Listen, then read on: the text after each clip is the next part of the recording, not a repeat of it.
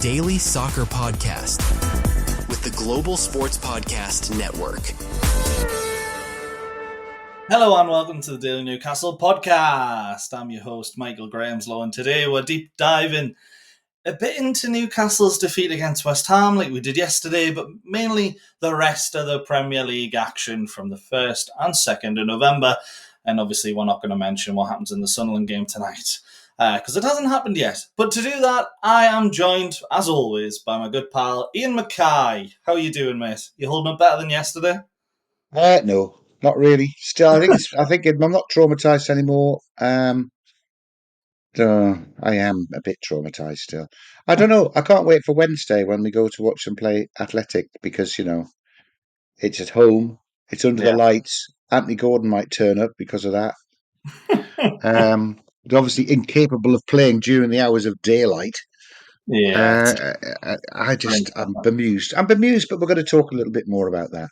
Yeah, absolutely. We'll touch on what we discussed yesterday. We've had a bit more time to sort of absorb it, discuss the league as a whole. But the game of the weekend for us, West Ham 3, Newcastle United 1. And game of the weekend for all the wrong reasons, really. 3 wins and 8 from Newcastle, going into the game, high spirits, and we're brought back down to earth pretty abruptly, even though we scored the opening goal and Jacob Murphy.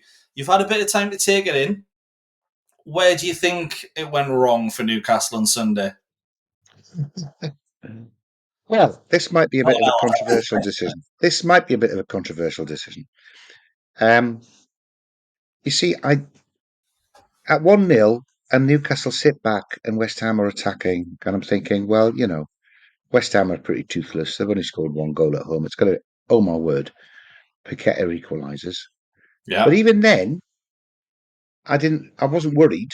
I thought, well, that's the kick up the pants we need for us to get going. Yeah. And I think there was a little bit of a stalemate through to half time, and then they scored that. We conceded that unfortunate own goal. Yeah. To be 2-1 behind. Now, I'm trying to think back through my trauma.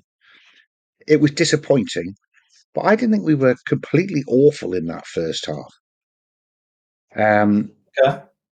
Not compared to what we were like in the second half. I think Howe took his game changers and his game winners off in an attempt to shake things up. And I think what he did was take all the bullets out of our gun. And the second half was just very toothless, wasn't it? Distorted by the big players being taken off, however ineffective they had been in the first half, and replaced by, and we ended up playing Tonali at right back. Jacob Murphy went to right back. I mean, it was like he didn't know where his players play. It was crazy. There was no. I mean, it was a panic at half time. I think he must have just got really cross and took the big names off just to show everybody how bloody furious he was, and hoped that there would be a reaction in the second half, and even the second string team would be good enough to come back and beat West Ham. But they weren't. The malaise just spread through the team. And it was painful, that second half. Couldn't string 2 passes together. Second to every loose ball. Like you said, I got fed up of thinking, oh, right, we're in a dangerous position here now. And the cross hits the first defender. Yeah. Exactly. So it doesn't go into the box. It was dreadful. But I mean, I think Howe changed too much too soon. Nobody said that yet, have they? Yeah, no, I'm inclined to agree, because I think when you look at the way the second half played out, you were kind of thinking, we kind of need Anthony Gordon and Nick Voltemada in these positions, players who, can do that one-touch play, players who can beat a man. And you're sitting there and thinking, when the ball goes into the 3 attackers, it's Jacob Murphy who, to be honest, first touch he takes a shot or he puts a cross in, it's usually pretty decent. But William Asula's not known for his first touch. And I'll be honest, neither's Joe Linton, who started the second half at left wing. So when the ball's going into them, you're just kind of expecting it to bounce off them. And when you have 70% possession in the second half, like Newcastle did, you almost sit there and think, we're just not going to do anything here because there's nobody there to actually do it. When Harvey Barnes came on, I was thinking, finally we've got a finisher, someone who will take a shot. He had 7 touches of the ball. I'm actually inclined to agree with you. I think we changed too much too soon. But I think at the time, I was sitting there watching the game and I was going, oh, that's brilliant. He's took 3 players off. He said he's not happy with how it's gone. Gordon had a terrible first half. Voldemar couldn't get in the game. Kraft, wasn't great either. But I think the Kraft one was more of a tactical decision than anything else. So you're sitting there and thinking, at the time, I thought it was a good idea, but looking at it 10 minutes later, West Ham just sat back and went, yeah, you do what you want. You ain't touching us. That's why it was so boring. It was so dull watching the ball go backwards and forwards, 30 yards outside their box. Cross the pitch, back. Cross the pitch again and back. They were clueless. I don't know who was meant to be leading that team, by the way, because, Bruno is meant to don his cape and perform heroics like he did at the end of the Fulham game. Like he did. What was that? Was it the Fulham game when we were? Yeah. I don't remember when he came on and changed it. Yeah, but there was nobody to do that. I don't know what even Tonali looked out of sorts. Yeah, but I just keep going back to why has Anthony Gordon come off and Harvey Barnes not replaced him, moving Joe Linton onto the left wing. I mean, it's like somebody hypnotized Howe to make all of the moves that would make us weaker going forward.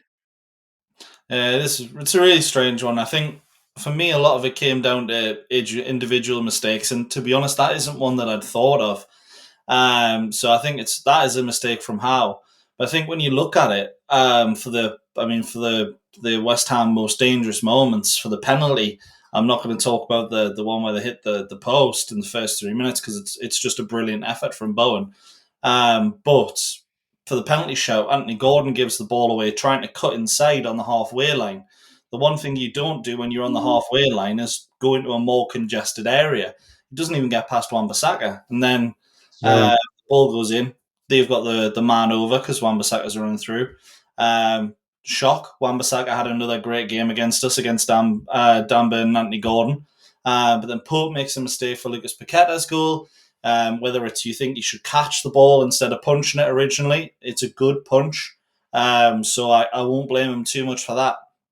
Or the fact he gets 2 hands on Paqueta's effort and doesn't manage to push around the post. And then obviously Gordon and Burn for the own goal. They're close enough to touch each other as the ball goes over to Wan-Bissaka, and you're thinking, why is Dan Burn pressing that high up the pitch when they've got he's a fullback, he's not a wing back, who is that pacey going forward? And it felt a bit disjointed, as you're saying. It felt a bit baffling, but do you think it was individual errors, or do you just think the whole team was off it? I think West Ham played for individual errors, particularly from Dan Burn. If you remember back when they did the same to us at home at this time last year, it was a terrible manager turning up with a really bad team, and we were at home and we thought, well, we've got to win this one, and we lost 2-0. But the second goal was Wan-Bissaka and Bowen getting in behind Burn.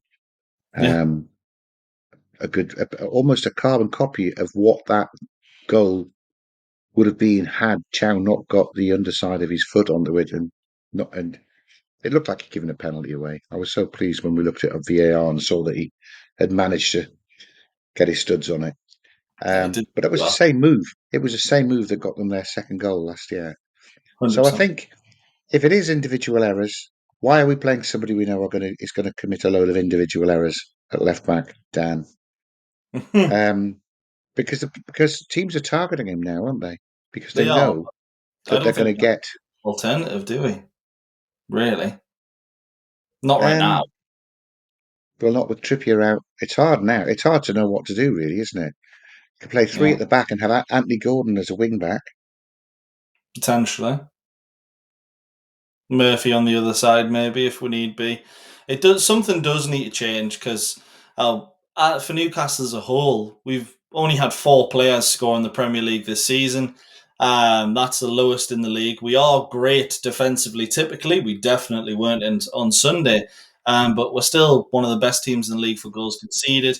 But in regards to goals scored, we're the lowest in the league in regards to players that have scored for us, only 4. Voltemada, Bruno, Murphy, and Osula. The 4 never start together, anyways. But that's a massive concern, isn't it? The number of players getting goals, because West Ham overtook us on that front on Sunday with Souček and Fernandes scoring. If Voltemada's not on the pitch, we don't do anything. What do you think? Well, I mean, that's what I was meaning by taking Gordon and him off at half time. However ineffective they were, they're the match winners that we had. Yeah. And I just think, well, you made the point yesterday. What, 55 million, 69 million, 40 million, but probably worth 80 million now. That should be our front line, and we're playing with Joe Linton, Osula, and Murphy. Yeah. So it's a real strange one. It doesn't make sense. I don't want to slag either Osula or Murphy off. I think they were trying. There was no lack of effort, hasn't he? I think when you compare him to Zalanga and Gordon, at that game, when Eddie Howe's team goes on a run where we're winning 5s and 6 games in a row, and then a draw, and then another 4 or 5, which we've done in the years we've qualified for the Champions League, it's because we intimidate teams. We turn up, and the teams are terrified to play against us. But any team watching us play West Ham is going to look forward to us turning up. I mean, I don't know if we've been found out. I don't see how you can be found out if your players are good enough. Nobody finds Arsenal out or Liverpool out or Man City out, and I think they have their style of play that they don't change. Yeah. Just because we play 4-3-3 and we're going to high press, I don't see how that can be found out. I mean, if we're doing it properly, it can't be, can it? No, I think it's one of those where it's definitely not being done properly at the moment. That's why he said that particular turn of phrase. But it's one of those where the fullbacks aren't able to press because it's Kraft and Burn. The wingers aren't particularly doing enough. Then it is a lot of the case of the press just isn't what it used to be, and I think that's partially down to how bad injuries were when we were in that Champions League campaign. We've tried to learn from that, and we've tried to take on something a bit different. Play a little bit of a different style, but it just doesn't work. It's too close to the original style, and what made the original style work so well was that press. We are going to go to an advert in just a moment, but I do have just one pretty damning stat about our wingers before we go into the advert. So, Harvey Barnes, Anthony Elanga, Anthony Gordon, and Jacob Murphy. Between them, they have created 25 chances in the Premier League this season, 7 more than Sean Longstaff, and 11 less than Sean Longstaff and Yakuba Minte. What do you think on that? I don't know, Michael. It's too depressing. That statistic is too depressing. I thought 25 chances between the 4 of them was quite good, actually, until you said that Sean Longstaff's done 18 on his own. Yeah, Longstaff's had a great season so far, but he didn't even start the first 2 games, which is quite concerning. But we're going to stop being negative. We're going to go into the rest of the Premier League table now. In 15 minutes' time, we'll probably be saying that we're going to win the league.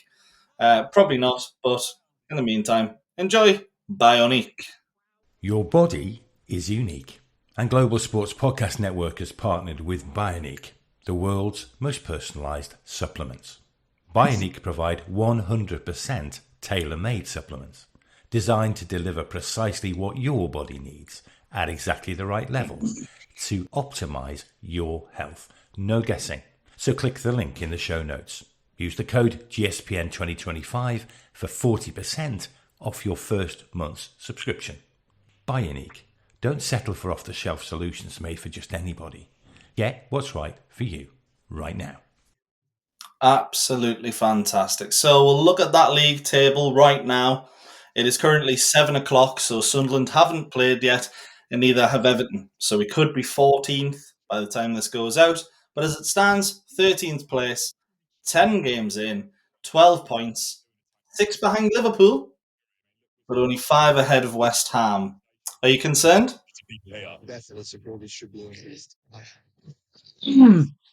I think officially you've got to be concerned, haven't you? So many times, people with a slow start, people who draw 3 games at the start, for example, will say, "Well, you can't really take anything from the league table until you've played 10 games." Well, we've bloody played 10 games now, Yeah. and we've got 12 points. And as you pointed out, this is the same return that Bruce Spull got us. Yeah, absolutely. So I am concerned. I'm really concerned at our away form. I get that Yes. we've won against Wolves narrowly and Fulham very late on, but it's really dropped off. It's tailed off. The performances have tailed off from, do you remember Liverpool and Barcelona? We lost those games, but those performances gave us a lot of hope. Yeah, we were fantastic in those. And And it's almost one of we're those nowhere near Benfica. that now. But, so I was going to say Benfica was good as well, but since then, Fulham, we got lucky, I think, at the end. Tottenham were pretty toothless, and West Ham, well, we all know what happened there. So, yeah, I think you've kind of got to be concerned, haven't you? Because it's almost the same conversation we were having 2 weeks ago when Brighton beat us. Right, we've got to go into the Champions League and put right the wrongs of the weekend. And if you keep doing that, you're going to end up in a relegation battle, but doing pretty well in Europe. And I'm not sure many people would take a relegation battle at, well, let's say at Christmas, being in a relegation battle, probably not going to finish there, let's be honest. But no one would take that with we're guaranteed to make the next round of the Champions League and we're in the quarter-final of the Carabao Cup. You need something on all stands, and obviously Brentford is the one coming up next. I'll get to that later, but you look at the table and there's nobody in the division, for me, that stands out except from Arsenal and Man City. But that just makes it even more depressing that we're closer to West 13. Ham than Liverpool, doesn't it? Well, there still are a lot of points to play for. And, Absolutely. teams like Sunderland and Bournemouth and Brighton can take points off anyone. City, we like the look of, but they lost at Villa last week. So it doesn't really matter at the end of the season how terrible the performance was. If you've lost, you've lost. Yeah. So I think there's still plenty of. Liverpool have just lost 4 on the bounce, haven't they? It's true. They have. Yeah. For me, Arsenal are the team that are most consistent. But then I'm convinced that they're just going to start wobbling in February, and they'll bottle it like they always do. It's just who can come through and get them. So I'm not writing off the Premier League season, Michael. With 3 points for a win, we go on a run where we put 4 or 5 wins together, which we know Eddie Howe is very capable of doing. That would elevate us right through into European places, and then we can be hunting them down in the second half of the season. I'm not going to write off all of those good performances just on the strength of how terrible we were at West Ham. I think Eddie's shocked them by how cross he is at half time. He's took all of the bullets out of the gun, and the lambs that have gone on for the second half haven't known what to do. Yeah, big concern in that case. But we mentioned Arsenal there. We'll go back to the leaders. Obviously, 6 points clear at the top now. Obviously, we're not going to be fighting for the title the way we started, but 8 wins from 10 from them.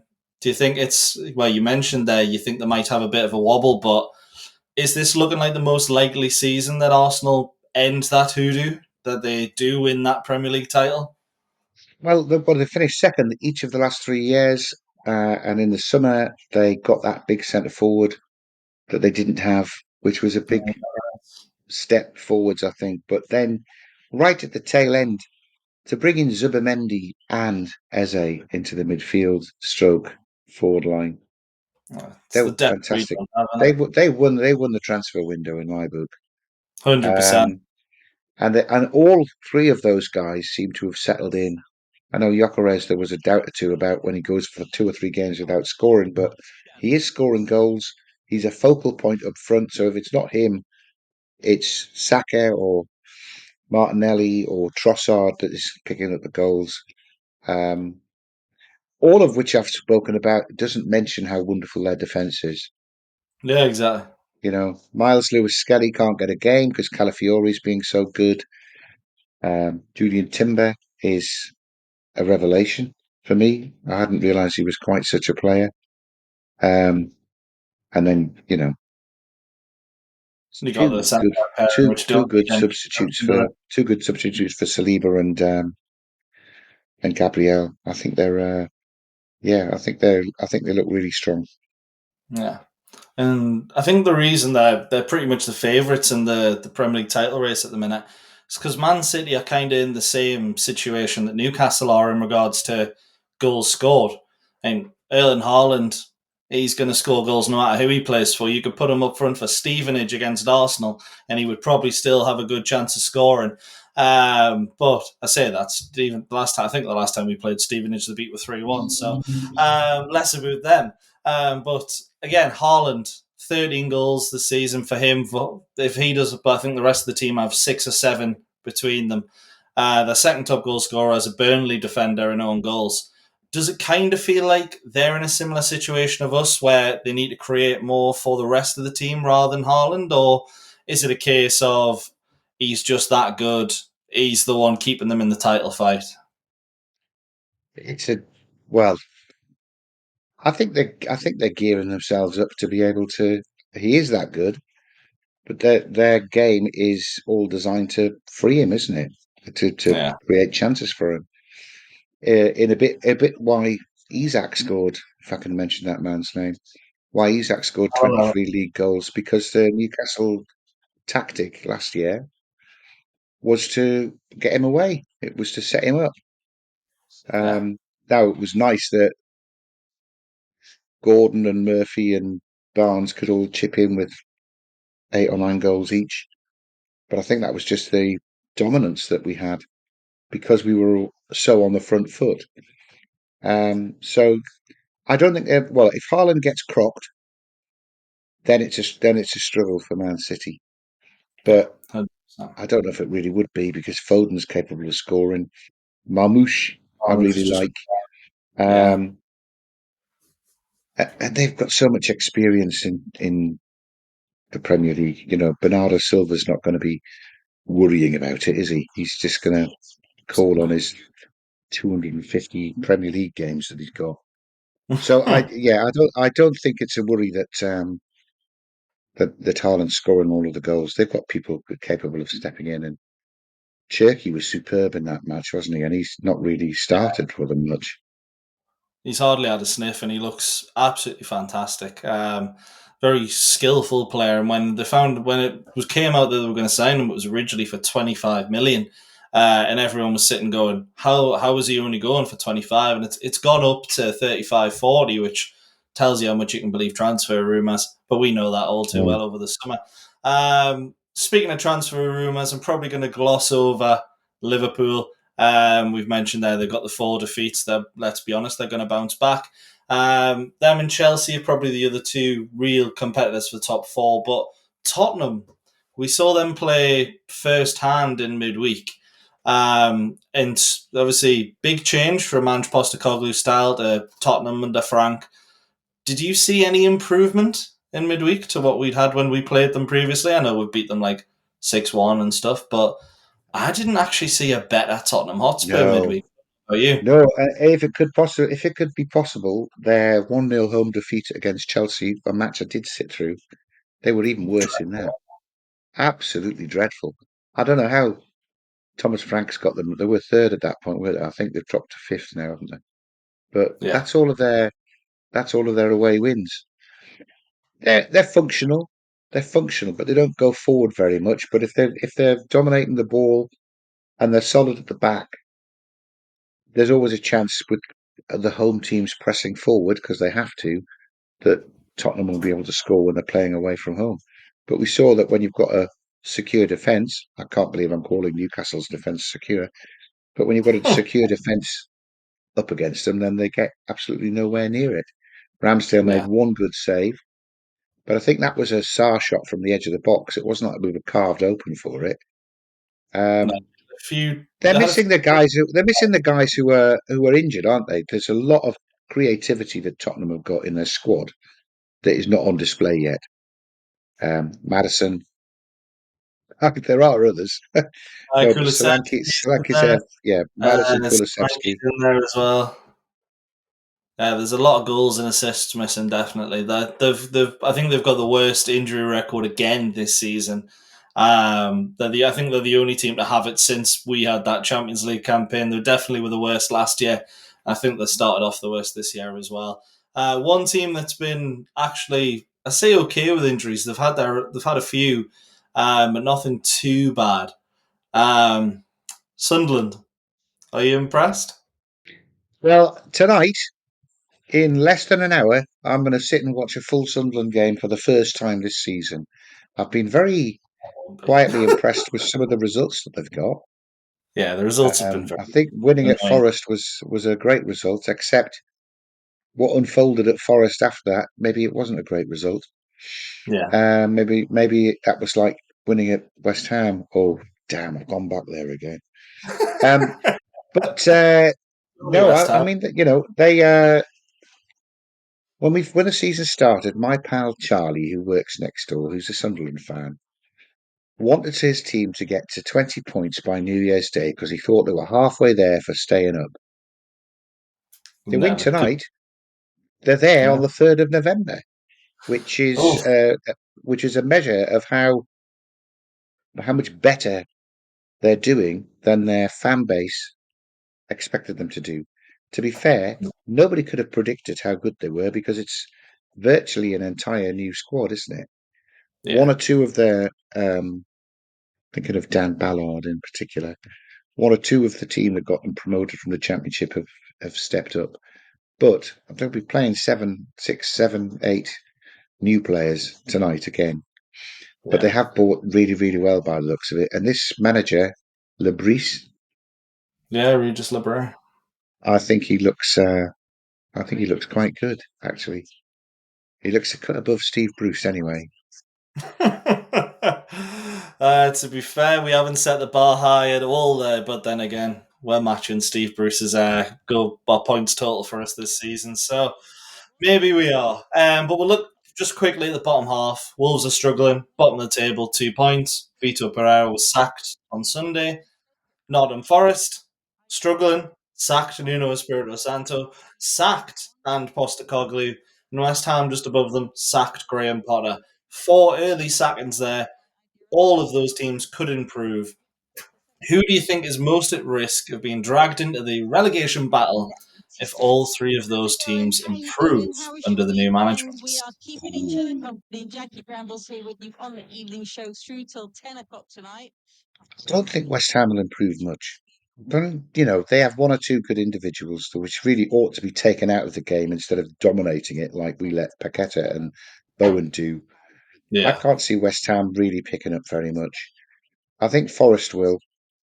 They've got some. They have got some very good players: Murillo, Lenkovic, Addison, and Gibbs White. Quite like that. Igor, is it? That's come in and playing centre forward when Chris Wood's clocked. Is he called Igor? There's too many Yeah, you got Igors. There's an Igor on loan from Brighton somewhere as well. But he was at West Ham. Came on that's him. in the game against us.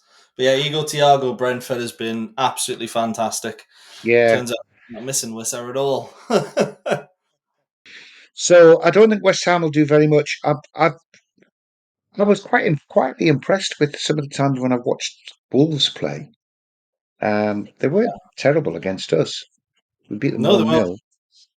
I don't know what's going on there. I don't know what's going on. Maybe with a new manager, they will pick up. Anyway, assuming they do, which is what you're after, I think Burnley and Leeds are hovering just ahead of them, aren't they? And as Yes. newly promoted teams, you'd think that they probably haven't got squads bigger than established Premier League teams. So when the winter bites and the games come thick and fast, and injuries and suspensions kick in, that could lose them a lot of points through January, February time. Yeah, Sunderland have to absolutely. be terrible from here, though, to get dragged into it, don't they? More likely for Yeah, we're Newcastle more to be likely dragged to into it. than them by the looks of the table. Yeah, If you don't laugh, you'll I don't cry. think I don't think we will. No, I'm we not won't. sure. I'm not sure Fulham are Fulham up to much. Nah, not really. They weren't great against us. We weren't great either, to be fair. But yeah, to be honest, I agree. Brent, Particularly with West Ham. Brentford have surprised me a little bit with how well they've adapted to Keep Andrews. losing their manager, their strike force, and most of their coaching staff.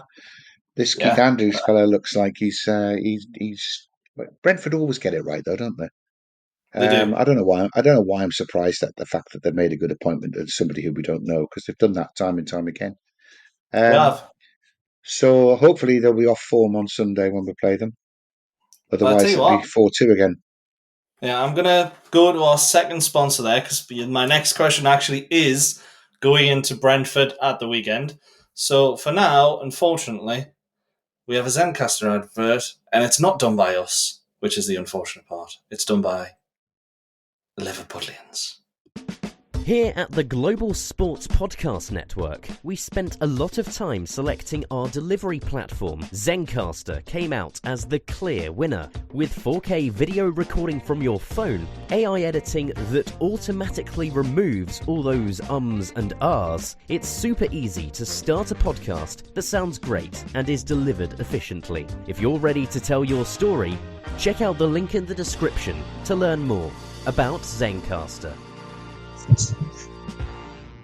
Lovely. Thank you very much, Louis. So we've got a very tricky... Let's bring it back to Newcastle. We've got a tricky run in the next two games before and after the international break. Obviously, we play Athletic Club on Wednesday, and then we have Brentford at the weekend and Manchester City straight after the international break.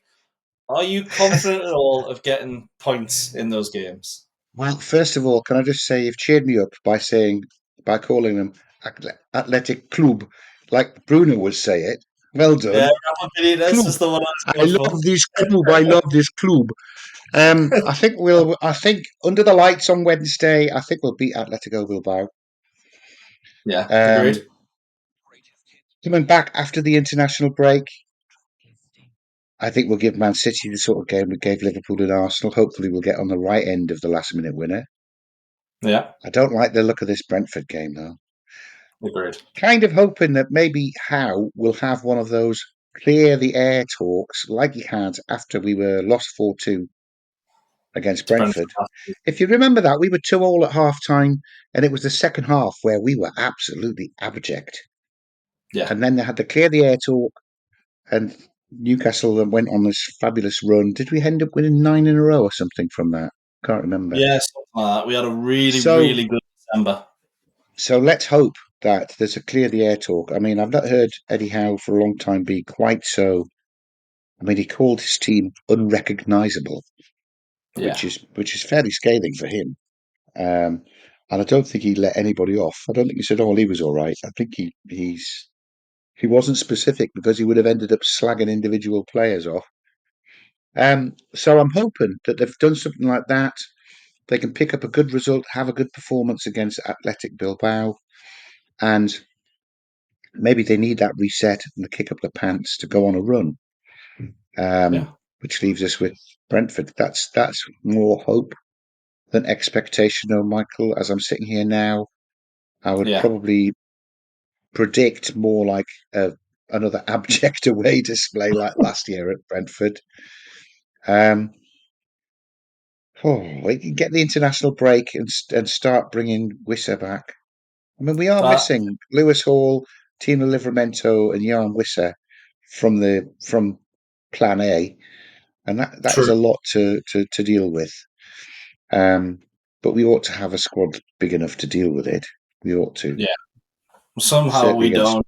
We spent so much certainly, money. certainly But against West Ham. in regards to personnel, obviously, with potentially another abject away performance on the horizon, in terms of personnel, who do you want to see get game time next weekend? Because there's one player in particular for me who, when I've seen him play this season, I think he's been pretty good, and he didn't play at all against West Ham. I know who you mean. It's the Geordie Tonali you're talking about, isn't it? Lewis Miley. Lewis Miley, yes, Yeah, it indeed. was strange. I thought he was definitely coming in to play at West Ham, having been rested against Tottenham. I thought he had to come in. But he didn't. Maybe he's been super rested so he can come in and do it all against Athletic Bilbao and Brentford. He's going to have to. I think Joe Linton should sit and watch it from the bench. He's only impressed me when he's come on as a sub this season. Yeah, Um, agreed. I think you've got to play Bruno and Tonali and give them another chance, having had a good talking to. Gordon, Faltamada. Oh, do we use Murphy again? I think we use Murphy again. I think we do. I think we've got to use Murphy over Alanga. Alanga doesn't look great, but player I also kind of want to see, and it would be another change in midfield, would be Jacob Ramsey. I'm really impressed when I see him play. I think it's one of those for us. I don't think he's been as good as what he was at Villa. Probably hasn't clicked just yet, but if we were going to do anything in that second half, I think Ramsey was going to be involved in it. What do you think? Do you think Yeah, he maybe gets the no, nod ahead, even ahead of Miley? Because it's a tough one, because he would be pretty I much a know. likely swap with Joe Linton. Well, to bring them both in, you've got to leave behind Bruno or Tonali. Now, I know we can do that, but I don't think we do that in the Champions League. No, definitely Um, not. maybe it'll start Ramsey instead of Joe Linton. It's a straight swap, and Miley will come on as a first change whenever it's needed. Once we've gone 3 up, he can come on for Bruno or Tonali. Yeah. Once we've gone 3 up, seems. It's gonna happen. Um, It's I think Bilbao I think aren't that in great form either. I would give Ramsdale a game against Athletic Bilbao. You know what? I'm well done for that. 100%. Because he's been fantastic both times he's played, hasn't he? I think he's come on loan and told he's got to play behind Nick Pope, who was established for the last 3 years as the main man, because he's had dangled. Well, we are in the Champions League, Aaron, and He'll get some he seems like a games. really good. He seems like a really good character when you see him interviewed. He's fitted in straight away, and he's a 21st century goalkeeper, not a 20th century goalkeeper like Nick Pope. Plays with his feet. It gives us more control. And he'd probably catch a cross or two instead of flapping at it like there's a wasp loose at a picnic. Yeah, it That's doesn't look harsh. great, does it? That's It's not harsh. harsh. It's absolutely, it's correct. It's every single time there's a wasp near me, I look like Nick Pope. But I'm going to finish off because I've seen some actually quite alarming comments on social media, and it's social media, so I shouldn't be alarmed. But I've seen some people saying that this is the last few games for Eddie Howe at Newcastle United. Do you think Howe is even remotely close to being under pressure? Or do you think he's got a lot of time in the bank and no matter what happens, he'd be given the season? Well, he's achieved his objectives, hasn't he? Right the way through, almost winning a cup, qualifying for the Champions League again. Did both early, The yeah. concern, the concern is when there's a pattern being established of poor away form. Now, I would say that the away match at Villa we played well. Away We at did. Bournemouth we got a great point. We I did. think I think a point away at Leeds will look like a good point at the end of the season because they're very strong at home. Um, Yes. although Tottenham won there, so they can't be that strong. It's really just and also we deserved something out of the game at Brighton. Really, at 1-1, we were on top the last half an hour, and then Danny Welbeck pops up. It's just this one game can't possibly be at risk because of one game. I wouldn't have thought, but I would. if he can't address that, and start changing it. I don't think it's a few games. I think, if you get to February and we haven't qualified to the Champions League next stage and we're still languishing in 12th, then there might be some serious talking done. But I can't see that happening. I can't see it. Our players are too good, basically, to do I that. completely agree. It's just something that popped up on my radar, and I was thinking, you know what, I've got to mention that because it's something that for me I find quite baffling. I think even if we were sat in mid-table at the end of the year, they would still give Eddie Howe the rest of the season. But that's all we have time for on the Newcastle podcast. It's been a bit longer than Yes, normal. I've got this. I went in the adverts to get this to show you, which I found today, and I paid not very much for it, but it's going to go in my shop. It'll be quite expensive. What do you think of this?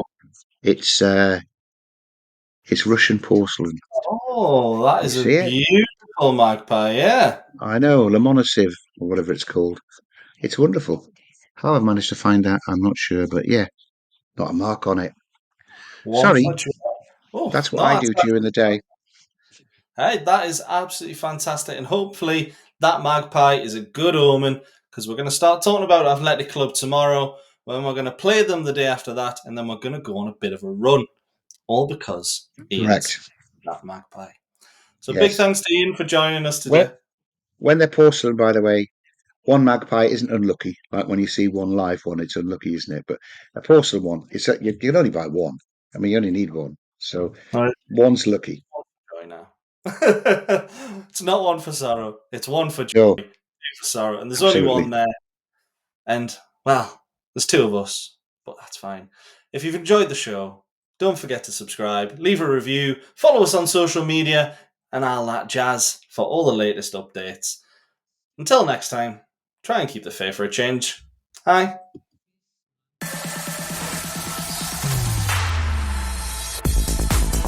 Your daily soccer podcast with the Global Sports Podcast Network.